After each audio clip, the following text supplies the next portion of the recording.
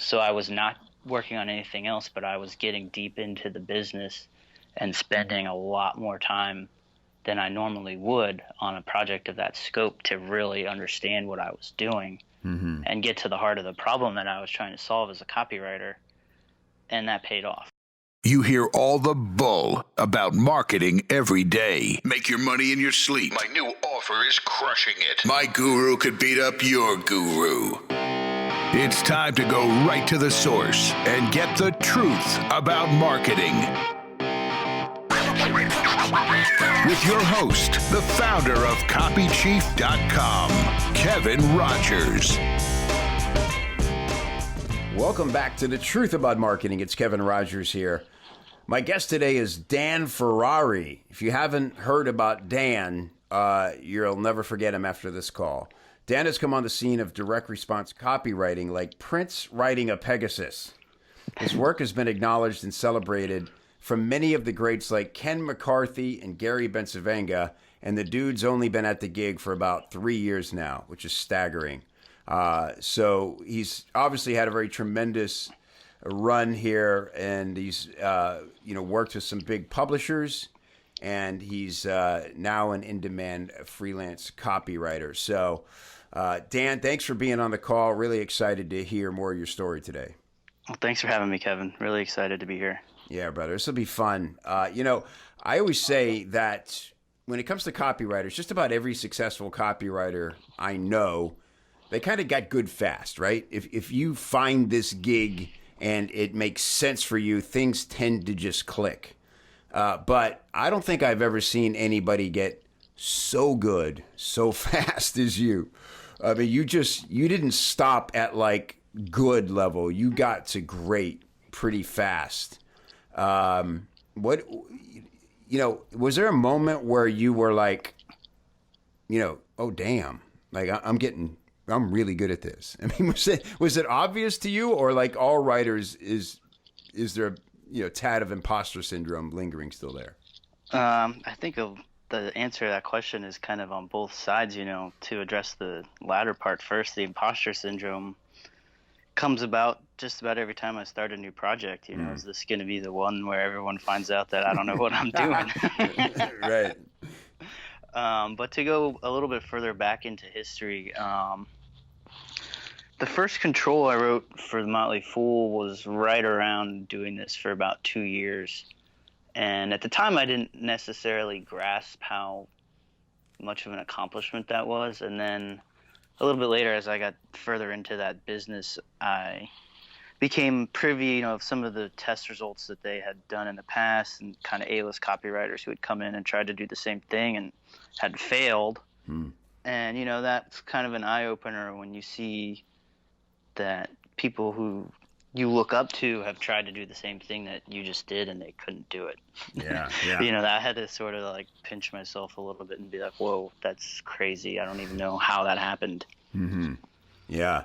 And so, I mean, how long were you at it? Well, let's go back to like what you did. Maybe I'd love to hear the process. So many people talk about, hand copying ads and doing all these things to really fast track their success as a copywriter. But, that people could end up doing that for years and nothing else. What was your process like to get to the point where you were actually writing stuff that was getting implemented?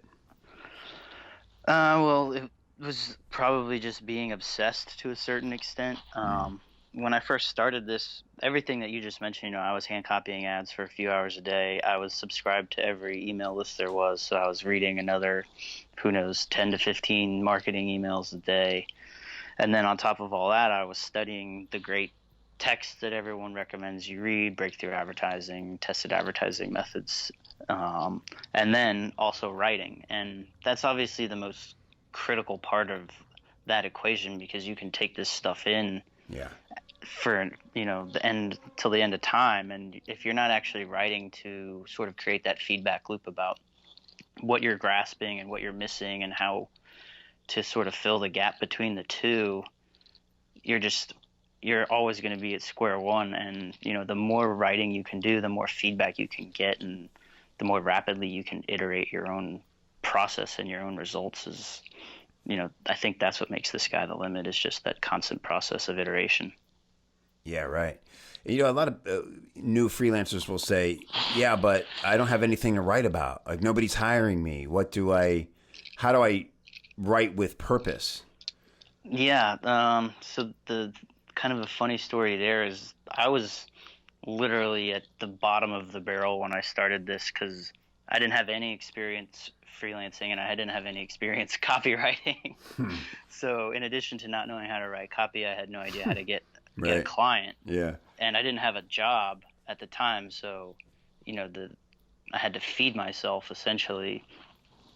So what I did is I just started writing basically ads on spec for products that I sort of made up.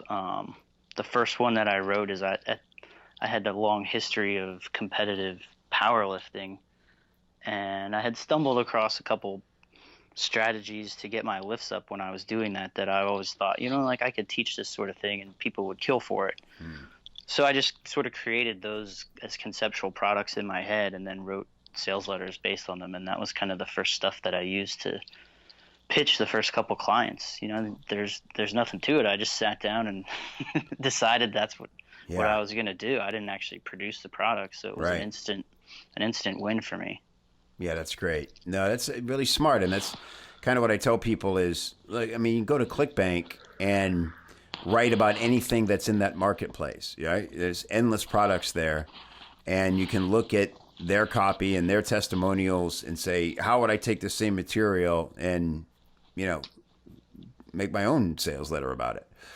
And then at least you're having to do the critical thinking part about how to create what your copy would look like. Yes, exactly. I think the critical thinking part of it about turning some of these things into your own voice and your own approach is where, that gap is closed that I talked about a few minutes ago. Right. And so then what was it like once you finally did get hired? The first few months of this whole process were kind of filled with rose-colored glasses. I didn't think I grasped how hard copywriting was at the time, so just like, okay, like I've been hired, I'll just go write this. And then I remember the first result that I actually got where the client came back and said, hey, I tested this and you didn't do too well.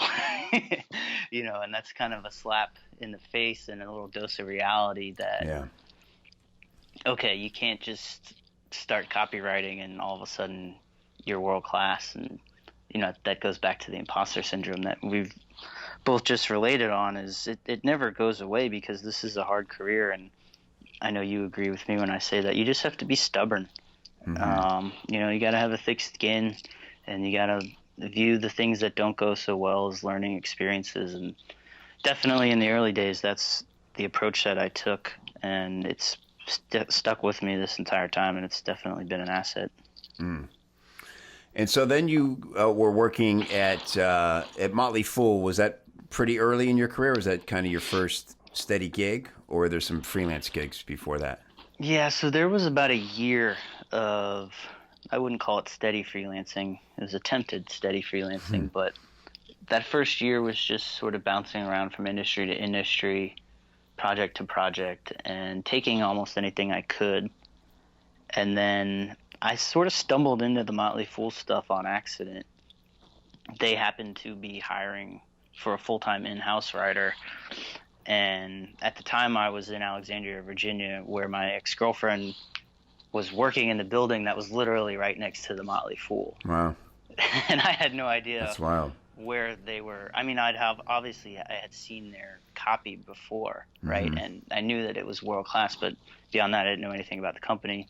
And then, serendipity kind of stepped in. There it was, and they gave me a couple of freelance contracts before making the in-house hire.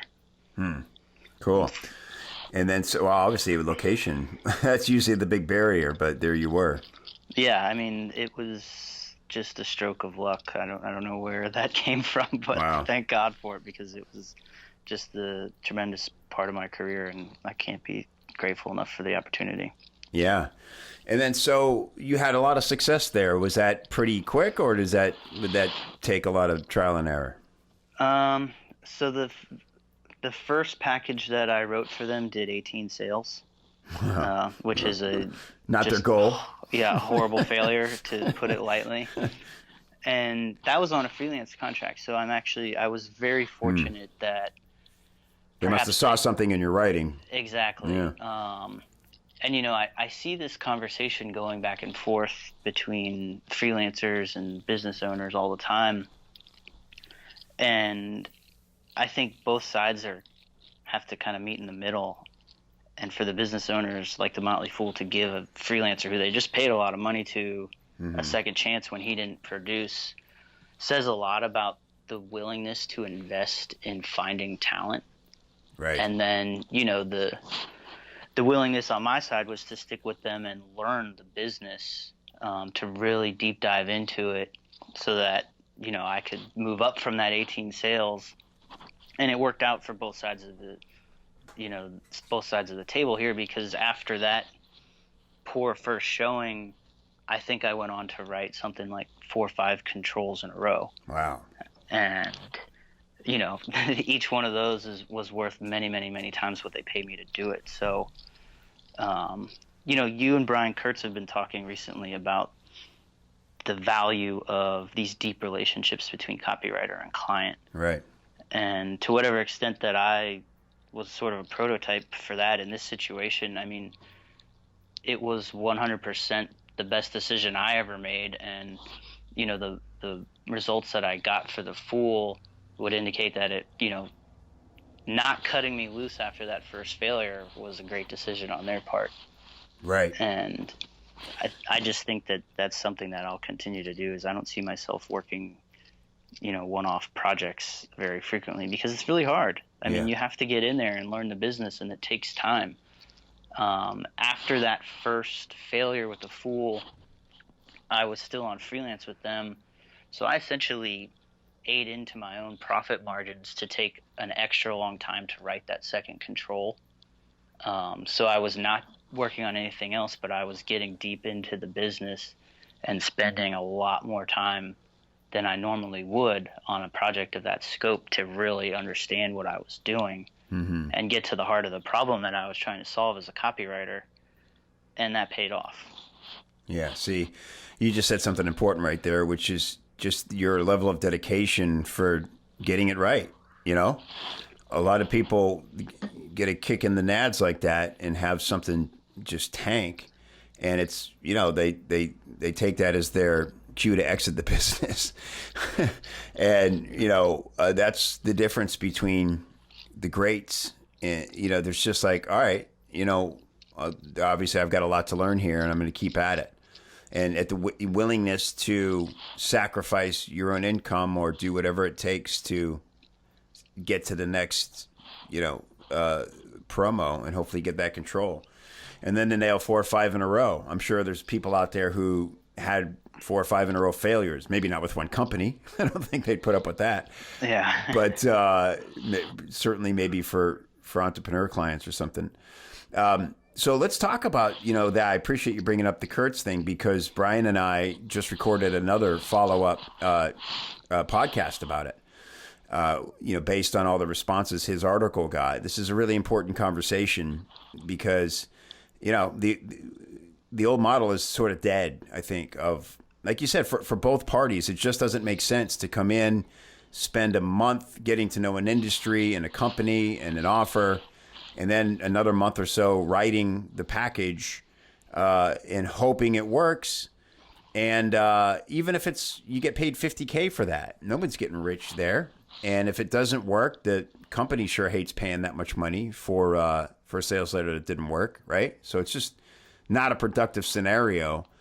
What has been your experience at working with a company in regards to just sort of having the freedom to grow and to really deep dive into that one industry and niche? It's exponential. You get in there, and every hour that you put in, so to speak, into that sort of deep dive, it just makes you so much better for the next thing that you're going to attempt to do.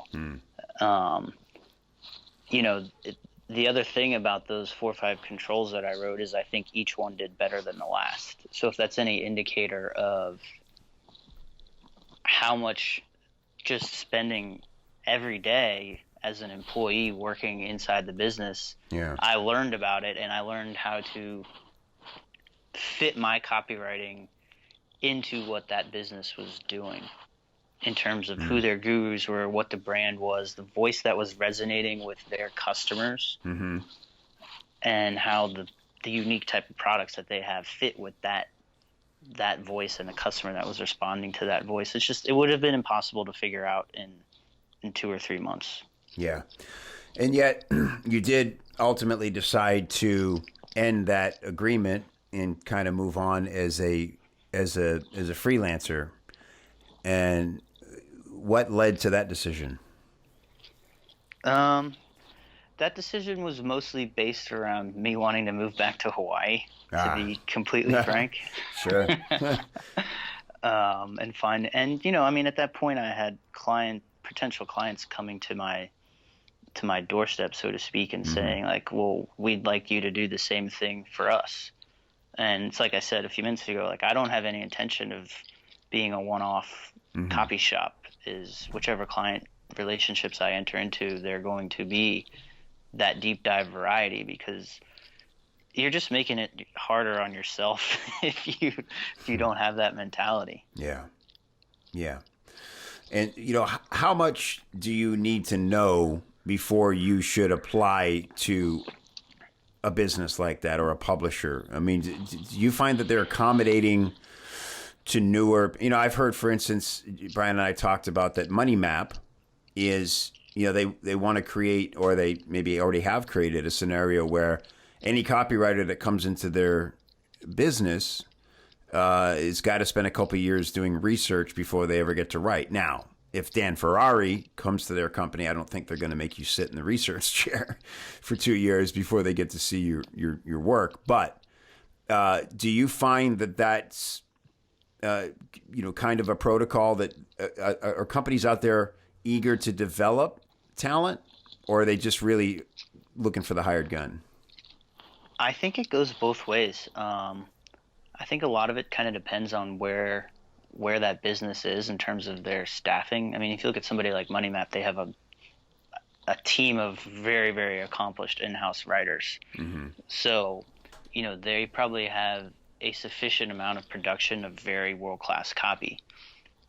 So it's worth their time to put somebody through sort of that developmental program, whereas a business that maybe had its back against the wall didn't quite have the copy that they needed to move the needle in their business. And that's another important thing, is that, you know, a business that's doing 20 or $50 million is going to have a lot harder time moving the needle. So they might need to go and find somebody who's already been in the trenches for years and has a track record, whereas a company, you know, much earlier in their life cycle can probably get by just developing somebody as their main copywriter. Right. Yeah, but either way, the benefit is, like you said, exponential on both sides. Absolutely. So, well, cool. Well, Dan, you know, the essential question of the show, and, you know, really excited to hear your answer, because as we've discussed, this is not you out marketing your own products, but really getting under the hood of your clients' business offers and industry. So, Dan Ferrari, what is the one thing you've done in your marketing that has produced the most surprising results? Yeah, I mean, and my answer to this is essentially a continuation of what we just talked about, and it's really thinking about each project I take on from a product perspective first.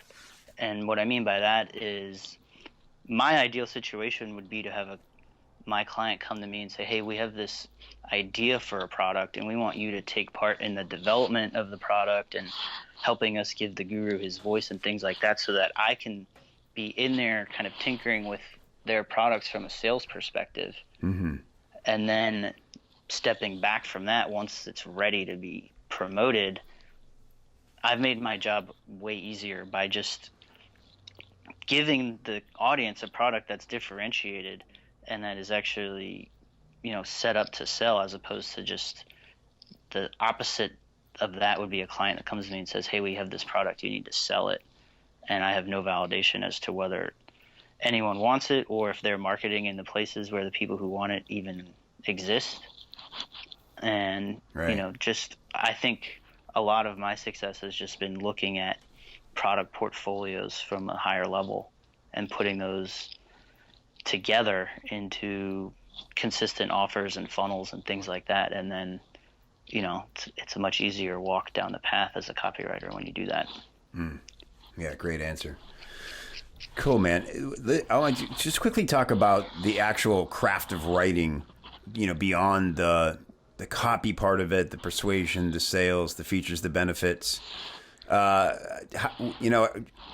you write any fiction? Just as the Dan Ferrari, the writer, what motivates you? Well, Dan Ferrari, the writer, is probably Dan Ferrari, the editor. So my approach is pretty much, I'll do my research and all of that, but once I start writing, I write. I don't stop. And if I get to a point where I need more research or something isn't clear, I make a note or a comment right there in the copy and I just blast through it. Because for me, that's the most stressful part, is the actual creation. Yes. That's when you'll see me, and I kind of get into this antisocial funk where I'm just always in my head about what I'm trying to write. So I like to get out of that as fast as possible. And then the editor comes out, and that's what brings me to life. I mean, I'm doing that on a project right now, and it's really fun for me to just dive in and, exercise my love for the English language and for putting these stories together in a logical way. And that's just, the patience of where my mindset is, as opposed to having no patience for the writing part. No, that's great. And, again, good for you, man. That's a learned discipline. That was my big Achilles as a freelancer, was I could never get that first draft just out. Yeah, it is. I mean, what you said about it, the discipline of it, is you just have to kind of force yourself to ride it through. That was something that I originally learned from Andre Chaperon. He was big on that, just write, and then finish it up later. Yeah. Ongoing practice. Yeah. I could do it in email, but really tough. Right? I don't want to sound self-righteous at all. Like I've cracked the code. I struggle with it. You mentioned the torture you feel when you're doing it. So I always tell people, I go, it must be the greatest thing ever to be a full-time freelance copywriter. I go, well, no one's whistling while they do it. I can promise you that. Yeah, absolutely. So, well, great, Dan. This has been awesome. Really appreciate you doing this. I know it's going to be super inspiring to, particularly the copywriters and the business owners. It'll be insightful. I hope you'll come and join Brian and I when we're going to hold a hangout and talk more about this topic. And it'd just be great if you could come on and share some of your wisdom. Yeah, I'd be happy to. Thank you.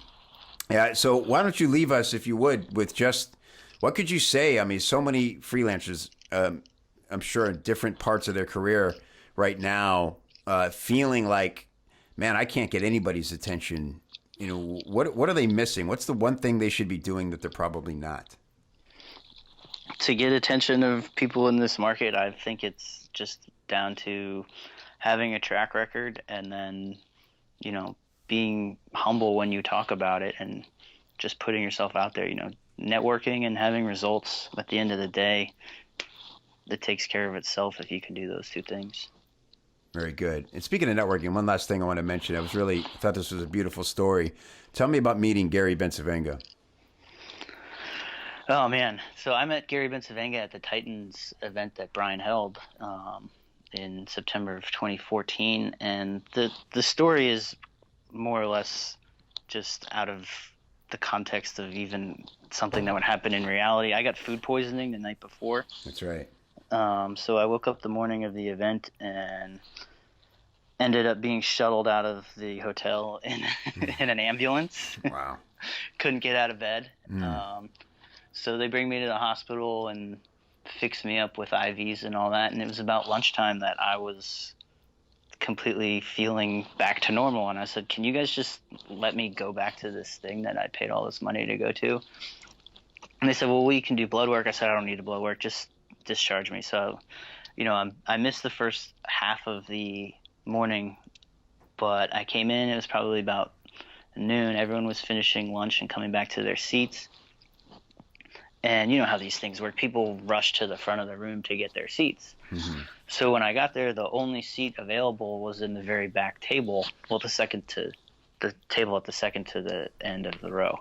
And the very end table was reserved for the speakers. So I end up sitting right in front of Gary and his wife, Pauline. And at the first break, everyone is swarming the speakers and talking to them. And Gary's wife was just sitting there, quietly by herself. So I just started talking to her. Mm-hmm. And that's sweet woman, by the way. Oh, she's wonderful. The two of them are just angels. Yeah, they really are.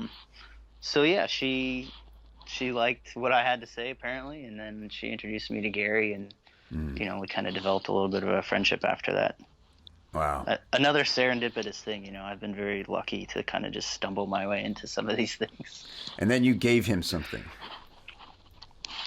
Yes. So I sent Gary a letter that was basically, so if you dig back into the history of direct marketing, there's a Gary Halbert letter where he talks about receiving a gold coin from Gary Bencivenga. Gary Bencivenga would send a gold coin once a year to somebody who left an impact on his life at Thanksgiving time.